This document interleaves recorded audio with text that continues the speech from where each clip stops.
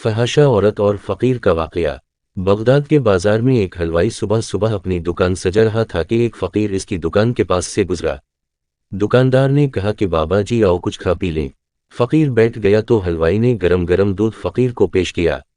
फकीर ने दूध पीकर अल्लाह का शुक्र अदा किया और इस हलवाई को कहा कि भाई तेरा शुक्रिया, और ये कहकर फकीर चल पड़ा। बाजार में एक फहाशा औरत अपने दोस्त के साथ सीढ़ियों पर बैठकर मौसम का लुत्फ ले रही थी। हल्की हल्की बूंदाबांदी हो रही थी, जिसकी वजह से बाजार में कीचड़ था। फकीर अपनी मौज में बाजार से गुजर रहा था कि फकीर के चलने से एक चींटा उड़ा और फहाशा औरत के लिबास पर गिर गया। जब ये मंजर फहाशा औरत के दोस्त ने देखा तो उसे बहुत गुस्सा आया। वो उठा और फकीर के मुंह पर थप्पड़ मारा और कहा, फकीर बने फिरते हो, चलने फिरने की तमीज नहीं।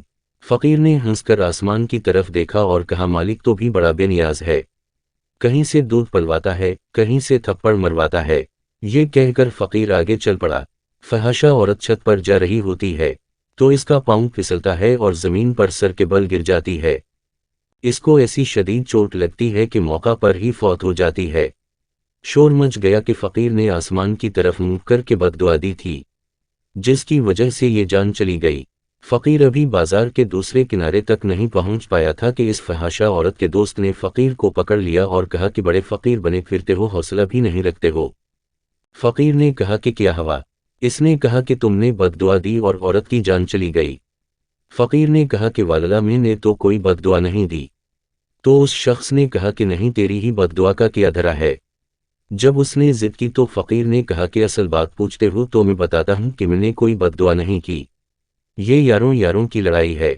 लोगों ने कहा, वो कैसे? फकीर ने कहा कि जब मैं गुजर रहा था और मेरे पाँव से छींटा उड़ा और इस औरत के लिबास पर पड़ा तो उसके यार को गुस्सा आया, उसने मुझे मारा, तो फिर मेरे यार को भी गुस्सा आ गया।